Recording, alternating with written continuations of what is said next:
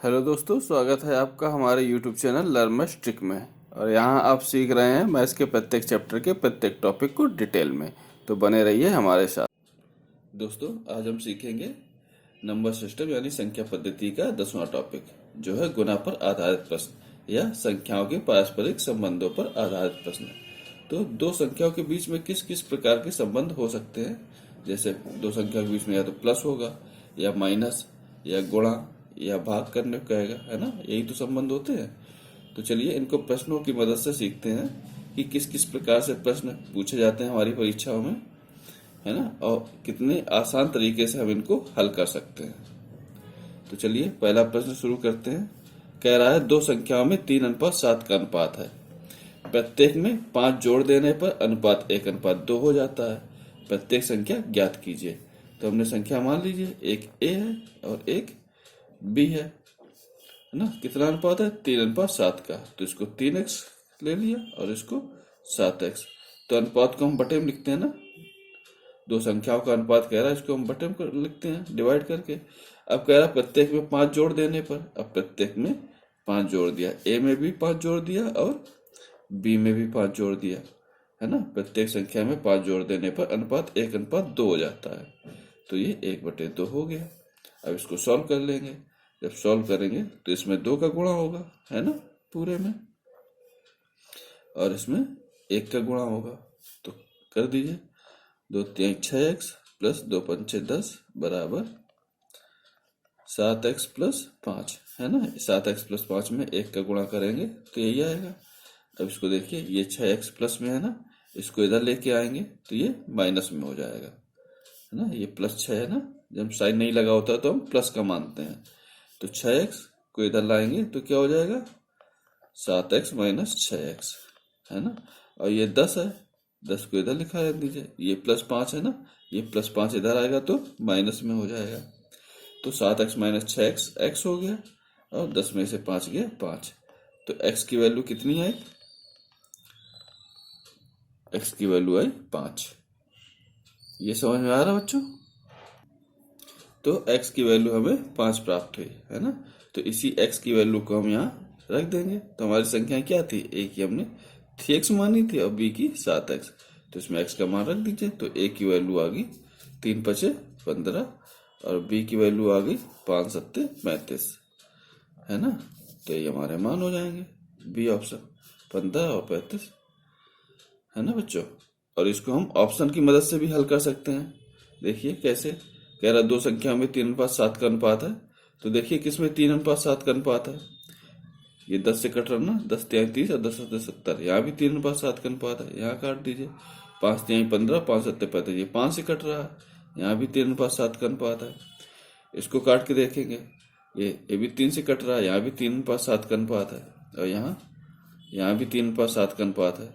दूसरा कह रहा प्रत्येक में 5 जोड़ देने पर अनुपात 1:2 हो जाता है। अब सब में 5 जोड़ करके देखिए, यहाँ 35 और 75 हो जाएगा, है ना। ये तो कटेगा नहीं, क्योंकि 35 दूनी 70 होता है ना। लेकिन यहाँ 35 और 75 हो जाएगा, दोनों में जोड़ देंगे। यहाँ जोड़ के देखिए, है ना, 9 5 14 और 21 और 5 26। तो यहाँ भी नहीं कटेगा, 1:2 का अनुपात नहीं होगा। लेकिन जब इसमें जोड़ेंगे, यहाँ 20 और 40 हो जाएगा ना, 1:2 का अनुपात हो गया। तो आंसर हमारा ये निकल आया। ठीक है बच्चों, तो इसको हम ऑप्शन की मदद से भी कर सकते हैं। चलिए अब दूसरा प्रश्न देखते हैं।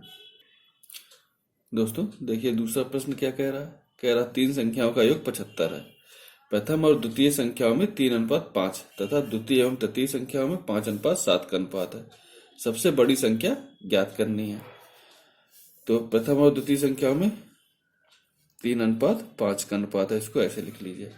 फिर द्वितीय और तृतीय में, ये पहली और दूसरी थी, अब दूसरी और तीसरी लिखनी है। तो इसको यहाँ लिखेंगे नीचे, 5:7 का अनुपात है ना।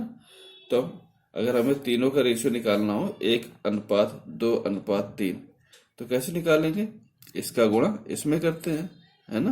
तो 3 5 15, और इसका गुणा इसमें करते हैं 25, और इसका गुणा इसमें करते हैं 5 7 35, है ना। लेकिन जब हमारी ये दूसरी वैल्यू सेम है ना, 5 और 5, ये 3:5 है, ये 5:7 है ना। तो इसको हम डायरेक्टली भी 3:5:7 भी लिख सकते हैं। कैसे? 3:5:7, है ना। क्योंकि जब हम इसको काटेंगे, मान लीजिए काट दीजिए 5 से कट रही ना तीनों, तो 5×3 15, 5×5 25, 5×7 35, है ना। कटने पर हमारी यही वैल्यू आ गई 3:5:7, है ना। और आपको हमने रूल भी समझा दिया कि अगर हमारा रेशियो अलग अलग दिया होता, मान लीजिए ये 3:2 होता और यहाँ फिर से ये 5:7 इस टाइप से दिया होता, तो यहाँ तो ये दूसरी वैल्यू डिफरेंट है ना। तो तब हम इसको ऐसे ही करते हैं, जैसे 3×5 = 15, 5×2 = 10 और 7×2 = 14, तब अनुपात हमारा ये होता तीनों संख्याओं में, है ना। क्या करते हैं हम, इसका इससे मल्टीप्लाई करते हैं, है ना। 3×5 = 15 और इसका इससे मल्टीप्लाई करते हैं, 2×5 = 10 और इसका इससे मल्टीप्लाई करते हैं, 2×7 = 14, है ना। वही हम यहाँ भी कर सकते हैं, लेकिन जब हमारी दूसरी वैल्यू सेम हो तो हम डायरेक्ट भी 3:5:7, है ना, ऐसे भी रेशियो फाइंड कर सकते हैं तीन संख्याओं का। और कह रहा तीन संख्याओं का योग 75 है ना। तो इनका योग कितना दिया, चलिए इनका योग कर लेते हैं, कितना आएगा। इसमें सब में x वैल्यू मान लीजिए 3x हो गई, ये 5x हो गई, ये 7x हो गई, है ना। तीन संख्याओं का अनुपात ये हो गया। अब सबको जोड़ दीजिए, 5 3 8 और 8 7 15, 15x। 15x किसके बराबर है, 75 के बराबर, है ना। तो x की वैल्यू कितनी निकलेगी यहाँ से, 15×5 = 75, है ना। 15 से भाग दे देंगे, x की वैल्यू 5 आई। इस 5 की वैल्यू को हम, सबसे बड़ी वैल्यू क्या होगी हमारी, 3x, 5x और 7x में 7x सबसे बड़ी है ना, तो इसी में हम 7×5 कर देंगे, तो 7×5 = 35 हो गई, है ना। तो ऑप्शन हो गया हमारा सी, है ना बच्चों। अब देखो इसको कितने जल्दी से कर सकते हैं, वो तो हमें आपको समझाना पड़ रहा है इसलिए टाइम लग रहा है, वरना देखिए कह रहा था संख्याओं का योग 75 है, प्रथम द्वितीय संख्याओं में 3:5 का अनुपात है, द्वितीय और तृतीय संख्या में 5:7 का अनुपात है ना। तो हमें पता है कि 3:5:7 का अनुपात है और इनका योग 75 है, तो इनको जोड़ दीजिए, 5 3 8 7 15, है ना। 15 से भाग देंगे, 15×5 = 75 और सबसे बड़ी वैल्यू 7 थी, तो 7×35, है ना। ऐसे कितने जल्दी से हल कर लिया। चलिए अब अगला प्रश्न देखते हैं दोस्तों। ये तीसरा प्रश्न देखिए, कह रहा तीन संख्याओं का योगफल 132 है। यदि पहली संख्या दूसरी संख्या से दुगनी है तथा तीसरी संख्या पहली संख्या की 1/3 है, तो दूसरी संख्या क्या होगी, है ना। कैसे करेंगे इसको, चलिए लिख लेते हैं। पहली संख्या दूसरी संख्या से दुगनी है, दूसरी संख्या से दुगनी है ना, तो दूसरी संख्या अगर x है तो पहली संख्या 2x हो गई, पहली संख्या दुगनी है दूसरी संख्या से। और तीसरी संख्या पहली संख्या की 1/3 है, जो तीसरी संख्या है वो पहली संख्या 2x की 1/3 है, इसको 1/3 कर लिया, है ना, 1/3। तो अब इसको कैसे करेंगे, लासा ले लेंगे ना, 3 दूनी 6x और यहाँ 3x और यहाँ 2x, ये 3 को हटा दीजिए क्योंकि ये तीनों में सेम है ना, बटे 3 किया था ना, तो इसको हटा दीजिए। ये 6x 3x 9x और 2 11x, सबको जोड़ देंगे तो 11x आएगा, क्योंकि हमें यहाँ योगफल कितना दिया है 132, तो 11x बराबर 132। तो x की वैल्यू कितनी आ गई 12, 11 से भाग दे देंगे तो x की वैल्यू 12 हो जाएगी ना। तो आपसे पूछा गया है तो दूसरी संख्या कितनी होगी, दूसरी संख्या देख लीजिए। पहली संख्या 2x, ये पहली संख्या 6x, दूसरी 3x और तीसरी 2x, तो इसमें हम x का मान रख देंगे, 12 3 36। दोस्तों यहाँ हम x की वैल्यू ये नहीं लेंगे, है ना, मतलब x की वैल्यू तो यही आएगी, लेकिन जो पहला टर्म होगा वो 6x होगा, दूसरा टर्म 3x होगा और तीसरा 2x होगा। तो x की वैल्यू दूसरा टर्म हमारा 12 3 36 हमारा आंसर हो जाएगा, ऑप्शन ए। तो यहाँ हमने ये वैल्यू क्यों नहीं ली, ये वैल्यू क्यों ली, है ना। इसको देखिए पहली संख्या जो है दूसरी संख्या से दुगनी है, मान लीजिए पहली संख्या 3x है तो दूसरी संख्या 6x हो गई, है ना। अब तीसरी संख्या पहली की 1/3 है, तो ये पहली की 1/3 हो गई ना, सही फॉर्म में लिखी है ये, जबकि बट्टे में लिखी है ना। तो बट्टे को हटा करके जो वैल्यू हमें मिली फिर हम उसी को ही कैलकुलेट करते हैं, है ना, वरना डायरेक्टली भी हम इसको लेकर के करते हैं। तो डायरेक्टली हमें ये कैसे वैल्यू फाइंड होगी, उसको देखने के लिए देखिए, कह रहा है क्वेश्चन में पहली संख्या दूसरी संख्या से दुगनी है, यहाँ दुगनी की बात हो रही है, और यहाँ कह रहा है तीसरी संख्या पहली संख्या से 1/3 है ना। तो हमें ऐसी वैल्यू लेनी होती है जिसका 1/3 करने पर वो पूरी पूरी विभाजित हो जाए। जैसे यहाँ 3x का डबल 6x लिया, और 6x का 1/3 करेंगे तो ये 2x आएगा, पूरी पूरी कट गई ना। तो ऐसी वैल्यू लेकर के हम हल कर सकते हैं अपने प्रश्नों को आसानी से। ठीक है बच्चों, ये चीज समझ में आई कि कैसे किया। तो यहाँ दूसरी संख्या हमारी 36 होगी। ठीक है, चलिए अब आते हैं अगले प्रश्न पे। दोस्तों देखिए, इस टॉपिक से ना इसी प्रकार के ही प्रश्न बनते हैं। देखिए ये पूछे भी गए हैं आपके, है ना, इससे पहले वाला भी पूछा गया था किसी एग्जाम में। तो इसी टॉपिक से इसी प्रकार के ही प्रश्न बनते हैं। देखिए चौथा प्रश्न क्या कह रहा है, कह रहा है एक कक्षा में लड़कों की संख्या लड़कियों की संख्या से 3 गुनी है। जो लड़कों की संख्या है लड़कियों की संख्या से 3 गुनी है। अगर लड़कियों की संख्या x है तो लड़कों की संख्या 3x है ना। निम्नलिखित में से कौन संख्या कक्षा के कुल बच्चों की संख्या को निरूपित करती है। तो कक्षा में कुल बच्चे कितने हो जाएंगे, लड़कों की संख्या और प्लस लड़कियों की संख्या को जोड़ देंगे, ये कुल बच्चे हो गए, है ना। तो कौन संख्या होगी जो कुल बच्चों की संख्या को निरूपित नहीं करती है, ऐसी कौन संख्या है जो निरूपित नहीं करती है। तो देखिए जो भी संख्या होगी वो 4 से कटेगी, है ना। 4x लिखी है ना, x की वैल्यू यहाँ कुछ भी लिख लीजिए, 9 लिख दीजिए या 10 लिख दीजिए या 11 या 12, x की वैल्यू कुछ भी हो सकती है ना, लेकिन वो संख्या तो हमारी 4 से कटेगी। तो देखिए इसमें कौन सी संख्या 4 से कट रही है, ये भी 4 से कट रही है, ये देखिए ये नहीं कट रही है ना, ए भी कट रही है, ए भी कट रही है ना। ए में, सी में और डी में ये तो 4 से विभाजित हो रही है, लेकिन जो बी है ये 4 से विभाजित नहीं हो रही, तो ये संख्या हमारी नहीं हो सकती है। तो यही तो पूछ रहा है कि कौन सी संख्या कक्षा के कुल बच्चों की संख्या को निरूपित नहीं करती है। तो ऑप्शन बी हो जाएगा इसका आंसर, ये निरूपित नहीं करती है। तो देखा बच्चों, थोड़ा सा अलग है, आपके दिमाग पे डिपेंड करता है कि आप इसको कैसे सोचते हैं। तो चलिए अगला प्रश्न देखते हैं। दोस्तों अब आते हैं अपने अगले प्रश्न पे। कह रहा है एक छात्र को एक संख्या को 6 से विभाजित करने और उसके भागफल में 12 जोड़ने को कहा गया। क्या कहा गया है इसको, एक संख्या को 6 से विभाजित करना है ना। कोई संख्या मान लीजिए x है, इसको 6 से विभाजित करना है, 6 से विभाजित कर दिया, और उसके भागफल में 12 जोड़ने को कहा गया। भागफल तो हमें पता नहीं है, मान लीजिए k है भागफल, इसमें 12 जोड़ने को कहा गया, है ना। ये बोला गया कि ये करना है ना। कोई संख्या उसको 6 से भाग देनी है और जो भी भागफल आए, भागफल क्या आया उसमें 12 जोड़ने को कहा गया। किंतु छात्र ने क्या किया है, छात्र ने पहले 12 जोड़ दिया।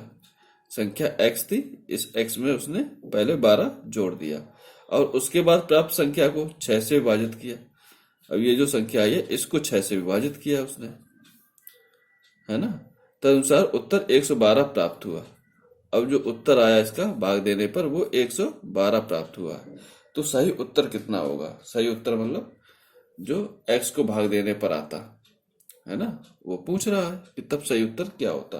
तो देखिए इसको कैसे करेंगे, इसको यहां से करेंगे, है ना। यहां से पहले x की वैल्यू निकालेंगे। तो भाज्य बराबर क्या होता है, भाजक गुणा भागफल होता है ना। तो इसको इसमें मल्टीप्लाई कर दीजिए, 6 दूनी 12, 6 एकम 6 एक 7 और 6 एकम 6, 672। लेकिन ये तो हमारी ये पूरी वैल्यू निकली ना x प्लस 12 की, क्योंकि ये हमारा भाज्य था, ये भाज्य था, ये भाजक और ये भागफल। तो भाजक गुणा भागफल कर दिया तो भाज्य निकल आया हमारा, ये भाज्य 672। लेकिन इसमें 12 अधिक है ना, 12 जोड़ दिया, इसमें भी 12 जोड़ा है, तो x का मान निकालने के लिए ये 12 हमें घटाने पड़ेंगे। तो 7 में से 1 गया 6, 660। x का मान यहाँ से 660 आया, है ना। यही x का मान यहाँ रख देंगे। अब यहाँ अगर 660 रख देंगे हम, तो देखिए 6 से कितनी बार गया, 6 एकम 6, 6 एकम 6, 110 बार। k का मान 110 आया, है ना। और इस 110 में 12 जोड़ देंगे तो कितना हो जाएगा, 2 और 1 1 2 और 1 122 हो गया ना। तो हमारा उत्तर यही तो आना चाहिए था, क्योंकि छात्र को एक संख्या को 6 से विभाजित करने और उसके भागफल में 12 जोड़ने को कहा गया था ना। भागफल 110 आया, इसमें 12 जोड़ने को कहा गया था, तो आंसर हमारा ये होना चाहिए था, है ना। लेकिन छात्र ने किया क्या, छात्र ने ये किया, है ना। पहले संख्या में 12 जोड़ दिया, फिर उसको 6 से भाग दिया, तब उसका उत्तर 112 आया था, है ना। तो सही उत्तर हमारा 122 होगा। तो देखा प्रश्न बच्चों, किस किस प्रकार से प्रश्न पूछे जाते हैं, और ये आपकी प्रैक्टिस पे डिपेंड करता है कि आप इसको कितने आसानी से हल कर सकते हैं। तो जितनी ज़्यादा प्रैक्टिस होगी उतने अच्छे से आप प्रश्नों को हल कर पाएंगे। तो चलिए आते हैं अब अगले प्रश्न पे। दोस्तों, छठवां प्रश्न कह रहा है कि 5A7 में 335 जोड़ने का परिणाम, ये 8 लिखा है, 8B2 प्राप्त होता है। तो 8B2 संख्या 3 से विभाज्य है, तदनुसार A का अधिकतम संभव मान कितना होगा। तो इसको कैसे हल करते हैं, देखिए लिखा है 5A7 में 335 जोड़ने को कहा गया है ना। जोड़ दीजिए, तो 7 5 12 हुआ, यहाँ ये 12 हुआ ना, एक हासिल लगा तो यहाँ 4 तो आएगा ही, है ना। प्लस यहाँ भी एक कुछ वैल्यू होगी, है ना। लेकिन जो भी वैल्यू होगी, तो यहाँ तो 8 है ना, 5 3 8, यहाँ तो 8 है। तो मतलब यहाँ हासिल नहीं लिया गया, अगर हासिल लिया गया होता तो 9 हो जाती। तो 4 में हम कहाँ तक जोड़ सकते हैं, 1 से लेकर के 5 तक की वैल्यू जोड़ सकते हैं ना। तो A का मान कितना होगा, 1 से लेकर के 5 तक। क्यों, क्योंकि 7 5 12 तो हासिल लगा 1, 4 हुआ ना, तो 3 में 1 जोड़ दिया, 4 हो गया। ये 4 तो आ गया। अब A का मान कितना हो सकता है, या तो 1 जोड़ दिए 5, या 2 जोड़ दिए तो 6 हो जाता, 3 जोड़ेंगे 7 हो जाएगा, 4 जोड़ेंगे 8 हो जाएगा, 5 जोड़ेंगे तो 9 हो जाएगा। लेकिन अगर 6 जोड़ेंगे, A की वैल्यू अगर 6 होती तो 6 4 10, यहाँ 0 हो जाता, यहाँ 1 हासिल हो जाता, तो यहाँ 9 वैल्यू हो जाती, है ना। लेकिन वैल्यू तो 8 है, तो मतलब A की वैल्यू 1 से 5 तक ही होगी, है ना। तो अब क्या कह रहा है कि 8B2 जो है वो संख्या 3 से विभाज्य है। ये जो संख्या है यहाँ 4 और प्लस A, है ना। अब A की वैल्यू कहाँ तक होगी, 1 से लेकर के 5 तक ये हो सकती है A की वैल्यू, है ना। और 8B2 ये 3 से विभाज्य है, तो 8 2 10 4 14, 14 तो संख्या हो रही है। इसमें अगर हम 1 जोड़ दें तो ये हमारी 3 से विभाज्य होगी। 1 जोड़ दें या 4 जोड़ दें, है ना, ये 1 जोड़ने पर 15 हुई, 4 जोड़ने पर 18 हुई, या 7 जोड़ दें, है ना। 7 जोड़ देंगे तो 21 हो जाएगी। लेकिन 7 तो जोड़ नहीं सकते हैं, 1 से लेकर के 5 तक की वैल्यू ले सकते हैं ना। तो या तो 1 लेंगे या तो 4 लेंगे, है ना। तो पूछ क्या रहा था, तदनुसार A का अधिकतम संभव मान कितना होगा। तो A का अधिकतम संभव मान 4 हो सकता है ना, क्योंकि 5 जोड़ने पर तो 3 से विभाजित होगी नहीं। 4 जोड़ेंगे, 14 प्लस 4 18 करेंगे, तो ये हमारी 3 से विभाजित हो जाएगी। तो इसका आंसर क्या हुआ, डी। तो देखा बच्चों कैसे किया है इस प्रश्न को हल। तो आप भी थोड़ा सा प्रैक्टिस करिए और इस प्रश्नों को सॉल्व करिए घर पे। चलिए आते हैं अब अगले प्रश्न पे। दोस्तों, 7वां प्रश्न देखिए क्या कह रहा है। कह रहा है यदि किसी संख्या को दोगुना करके और उसमें 20 जोड़कर वही उत्तर प्राप्त हो, तो उस संख्या को 8 से गुणा करके गुणनफल में से 4 घटाकर प्राप्त होती है। तो संख्या क्या थी, कि संख्या को दोगुना करके, मान लीजिए संख्या x थी, है ना, इसको संख्या को दोगुना करके उसमें 20 जोड़कर वही उत्तर प्राप्त होता है जो संख्या को 8 से गुणा करके, संख्या x थी ना, संख्या को 8 से गुणा करके और उसमें 4 घटाकर प्राप्त होता है। ये दोनों मान बराबर है ना, 2x प्लस 20 और 8x माइनस 4, क्योंकि जो आंसर हमें इससे प्राप्त होता है वही हमें ये करने पर प्राप्त होता है। तो दोनों को हमने बराबर कर दिया। तो संख्या मालूम करनी है, x का मान, तो दोनों को हल कर लीजिए। ये 2x प्लस में है ना, इधर आएगा तो माइनस में हो जाएगा। 8x माइनस 2x 6x हो गया। ये माइनस में है, 4 माइनस में ना, इधर जाएगा प्लस में हो जाएगा, तो ये जुड़ जाएगा, तो 24 हो गया। तो x की वैल्यू निकालनी है, तो 24 बटे 6, 6 इधर गुणे में है ना, इधर आएगा तो बटे में हो जाएगा, तो 24 बटे 6, है ना। तो 6 चौको 24, x का मान 4 हो गया। तो x की वैल्यू 4 निकल के आ गई, सी ऑप्शन। चलिए अब 8वां प्रश्न देखते हैं। दोस्तों, 8वां प्रश्न देखते हैं क्या कह रहा है। कह रहा है एक संख्या को 5 से गुणा करके गुणनफल के साथ 25 जोड़ा गया। कोई संख्या है x, इसको 5 से गुणा करके, 5 से गुणा किया गया, गुणनफल के साथ 25 जोड़ा गया, इसके साथ में 25 जोड़ा गया। फिर योगफल को 5 से भाग दिया जाता है। ये जो योगफल आया है ना, इसको 5 से भाग दिया जाता है। एवं भागफल में से मूल संख्या को घटाया जाता है। भागफल में से ये जो भागफल आया है, इसमें से मूल संख्या को घटाया जाता है। मूल संख्या क्या थी? x थी ना, x थी, तो x को घटाया गया। तो शेषफल क्या होगा? इसका मान पूछ रहा है कि इसका मान क्या होगा, है ना। तो कुछ मित्र हमारे क्या गलती करते हैं कि यहाँ पर 0 कर देते हैं, है ना, फिर 0 करके कैलकुलेट करेंगे। लेकिन यहाँ 0 कैसे हो जाएगा?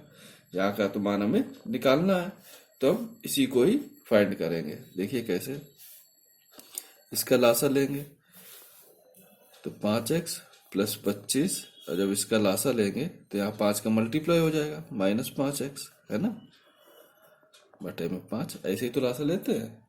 इसका भाग इसमें देंगे ना, जितनी बार जाएगा उसका गुणा इसमें कर देंगे। तो ये 5x, ये 5x कट गया, इसकी वैल्यू 25/5, 5 आई, है ना। तो यहाँ जो भी वैल्यू होगी, मान लीजिए d होगी, है ना, या शेषफल निकालना था, तो इस d की वैल्यू 5 आ गई, मतलब शेषफल हमारा 5 हो गया। तो शेषफल ही पूछ रहा है ना, तो आंसर हो गया हमारा C। तो दोस्तों, देखा आपने, ये जो टॉपिक है हमारा संख्याओं के पारस्परिक संबंधों पर आधारित प्रश्न, इससे किस प्रकार के प्रश्न पूछे जाते हैं हमारी परीक्षाओं में, है ना। और बाकी ये आपके प्रैक्टिस पर डिपेंड करता है कि आप इसको किस प्रकार से हल करते हैं। जितनी ज़्यादा प्रैक्टिस होगी उतना ही कम समय में आप इसको हल कर पाएंगे। और कुछ ही टॉपिक और बचे हुए हैं, 1-2 टॉपिक और बचे हैं नंबर सिस्टम के, उसको वो क्लासेस देखने के बाद आप पाएंगे, आप कोई भी बुक उठाएंगे तो आप यही पाएंगे कि 80 से 85% क्वेश्चन आप खुद हल कर पा रहे हैं। और बाकी जो क्वेश्चन नहीं आएंगे उसके लिए आप हमें कमेंट करके बताइए, हम उसको सॉल्व करने की कोशिश करेंगे। तो दोस्तों, उम्मीद करते हैं ये टॉपिक आपको समझ में आया होगा। और इसी प्रकार से मैथ्स के प्रत्येक चैप्टर के प्रत्येक टॉपिक को डिटेल में सीखने के लिए सब्सक्राइब कीजिए हमारे चैनल को। क्लासेस पसंद आई हो तो दोस्तों में भी शेयर कीजिए, और आने वाली क्लासेस की नोटिफिकेशन आपको मिलती रहे, इसके लिए बेल आइकन को भी प्रेस कीजिए। तो दोस्तों, आज के लिए इतना ही। मिलते हैं नेक्स्ट क्लास में एक नए टॉपिक के साथ। धन्यवाद।